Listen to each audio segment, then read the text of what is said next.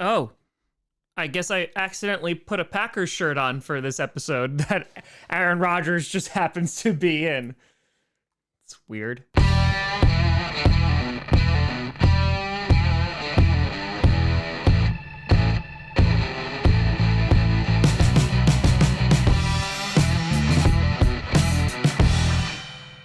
Grossi Posse Packer Nation. Welcome to another episode of Packcast, the podcast where you don't have to Packers fan, but it sure does help. I'm your host, Tom. Oh, this is going to be a fun one. A Grossi, and today we are going to be doing predictions for the AFC East, which, oh boy, might be one of the toughest divisions in football. We talked about the AFC North yesterday and what a dogfight that division is going to be, and I imagine you are going to have the same exact thing here. You have three really good quarterbacks within this division. Mac Jones is also hanging out there, and I just think that this could come down to the very end. You could see multiple teams from this division going into the postseason, and there's just a bunch of question marks, too, about the Bills. Are they going to commit to the run and actually help out Josh Allen a little bit? The Jets, is there going to be any, growing pains from Aaron Rodgers and company? Can they reach the Super Bowl, which is their goal? And then you have the Dolphins. Can Tua stay healthy? Because if they are, that offense could be one of the most dynamic in all of football.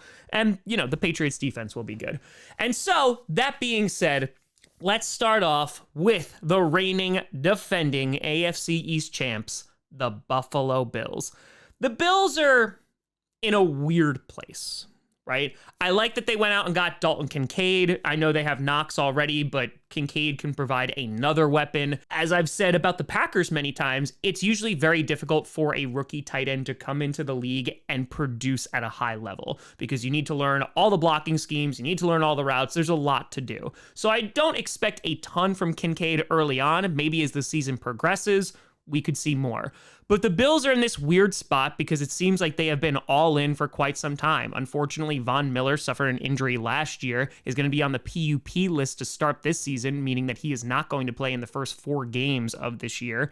And you just wonder, what is it going to take for them to get over the hump? Now, Josh Allen also is dealing with an injury last year. Didn't look like himself at times. But time and time again, I've criticized the Bills is that they put it all on Josh Allen. And Josh Allen is the type of quarterback that can go out and win them football games. However, at times, if Josh Allen is struggling or he's injured and he's their entire game plan, things can falter. Look at the Bengals game. And I imagine this is the response when Josh Allen asked to run the ball a couple of times. What the hell are you talking about? And so I think the Bills are going to be a very, very good football team. I think that they can definitely win the division. I just don't know what it's going to take for them to get over the hump. I like to think it's investing in the run game. And I don't mean just players, but I mean that mentality of saying, hey, let's establish at least a decent run game here so we could take some of the pressure / weight off of Josh Allen. And the Bills, they do not have an easy schedule. Besides going up against the Jets and the Dolphins twice,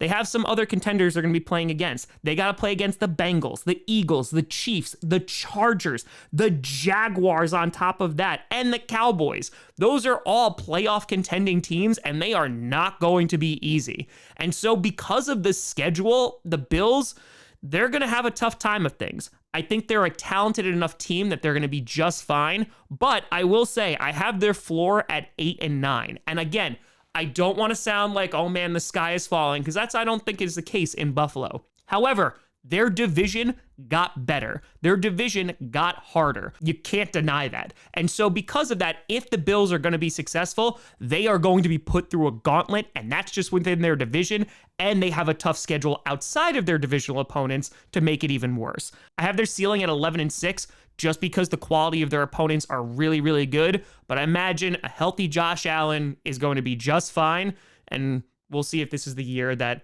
it really is Buffalo all the way this time. Then you got the New England Patriots, who they're just in a weird spot. And like all those news stories coming out about New England, it's just odd, right? There was that whole offseason campaign in which the media was basically depicting Bill Belichick hating Mac Jones. And this is how I imagine the media thinks Bill Belichick treats Mac Jones. What? You gonna cry? Huh?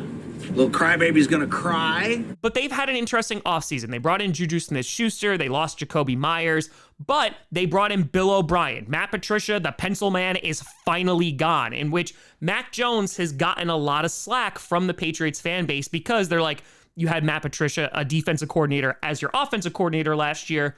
We'll give you a pass. And it was a little strange that both Bailey Zappi and Cunningham got released. I know they're back on the practice squad now, but the Patriots are definitely rolling with Mac Jones this year. How long is he going to be able to keep that starting job? We'll see. But I think you're going to see an improvement from the Patriots offense last year, which was not good, just because Bill O'Brien is back in the building. And of course, the Patriots are going to have a great defense. That's just a staple under Bill Belichick. They're going to be just fine.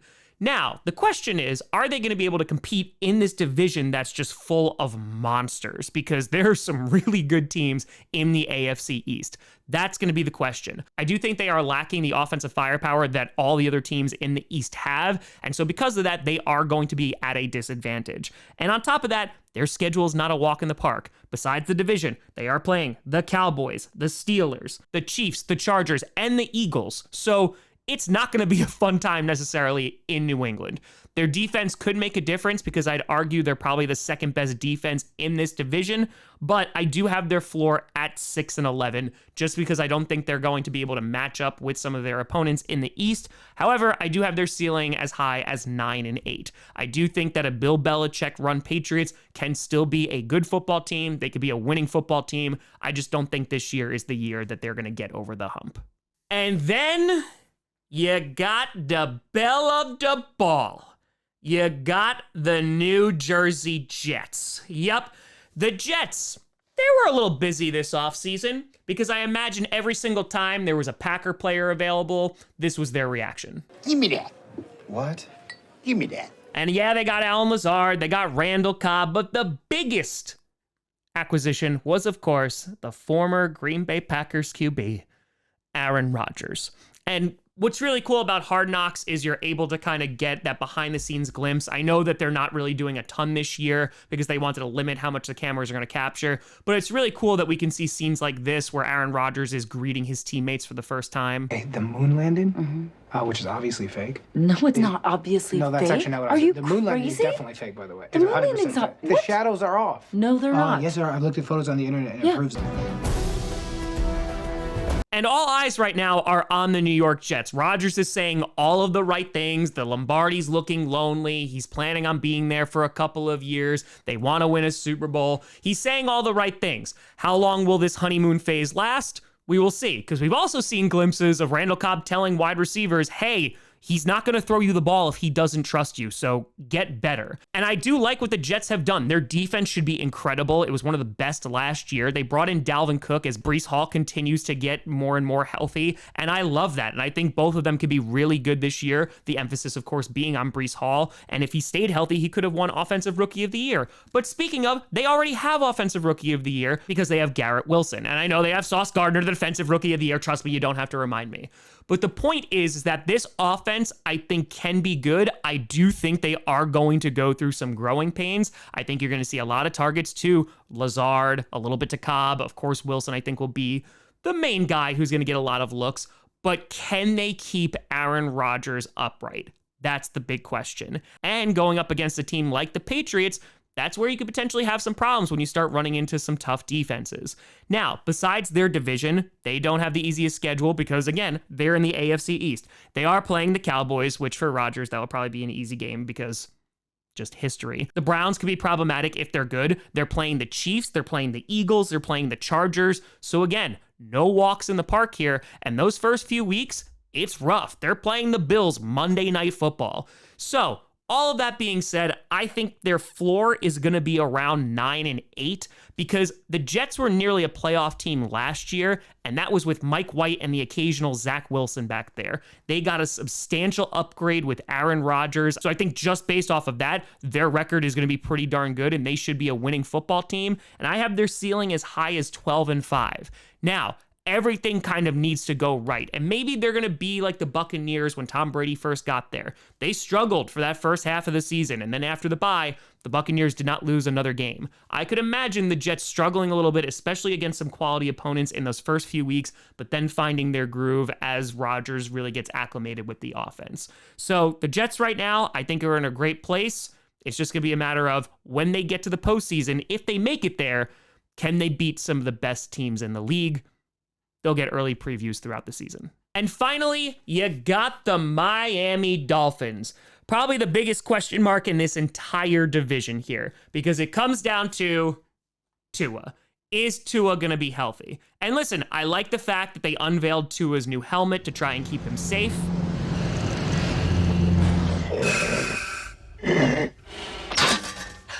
I can't breathe in this thing. I think it's going to help a lot.